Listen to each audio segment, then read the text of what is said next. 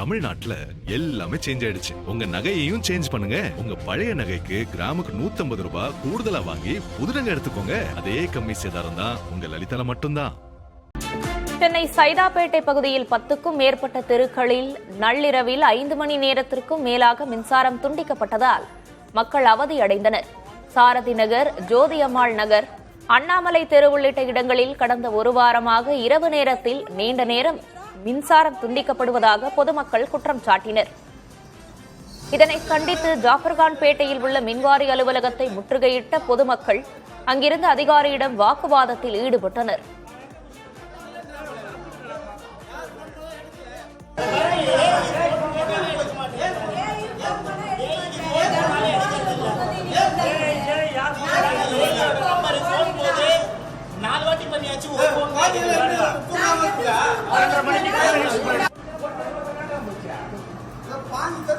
பாருங்க அவர் எப்படி இருக்காரு பாருங்க.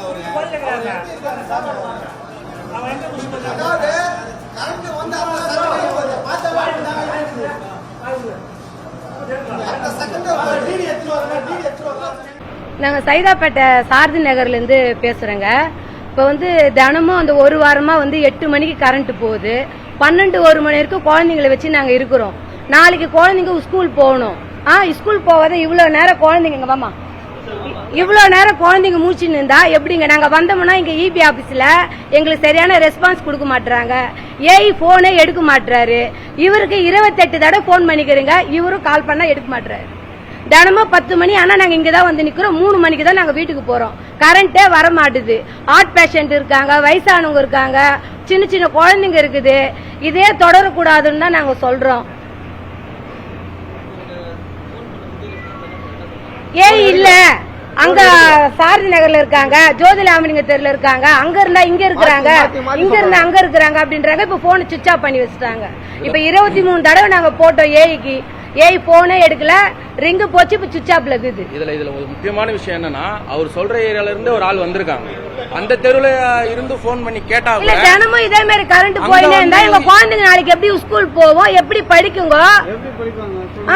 நாளைக்கு காலையில ஸ்கூல் போக மாட்டேன்னு எல்லாம் தூங்குதுங்க. எழுப்ப அவர் எப்படி இருக்காரு பாருங்க. இத பாருங்க, போட்டோ பாருங்க, எப்படி இருக்காரு பாருங்க. அவரு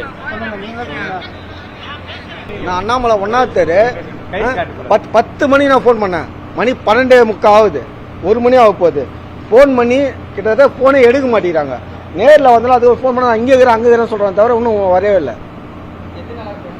இது கிட்டத்தட்ட ஒரு 10 நாளா போயினுக்குது.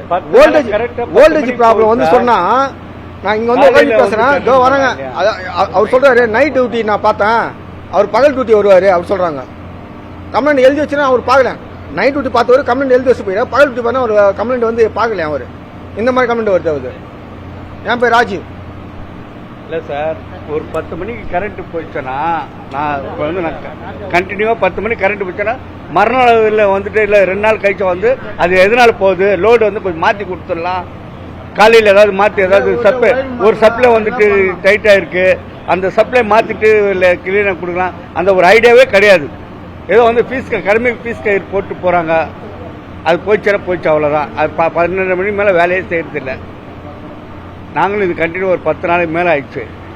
ஆனா இங்க ஒரு பீஸ் கயிறு திருநாங்க போய் தான் சொல்லாம இருக்கிறாங்க. அது கூட நாளைக்கு சொல்லுவாங்க போலுங்க. இந்த மீடியா கேட்ட உடனே நாளைக்கு அமைச்சர் வர போறாரு, பீஸ் கயிறு திமுக திருட்டாங்க, அவங்க திருட்டாங்கன்னு சொல்ல போறாங்க. இதுதான் உண்மை. என் பேர் நாராயணன் சார். தமிழ்நாட்டுல எல்லாமே சேஞ்ச் ஆயிடுச்சு. உங்க நகையையும் சேஞ்ச் பண்ணுங்க. உங்க பழைய நகைக்கு கிராமுக்கு 150 ரூபாய் கூடுதலா வாங்கி புது நகை எடுத்துக்கோங்க. அதே கம்மி சேதாரம் தான் உங்க லலிதால மட்டும்தான்.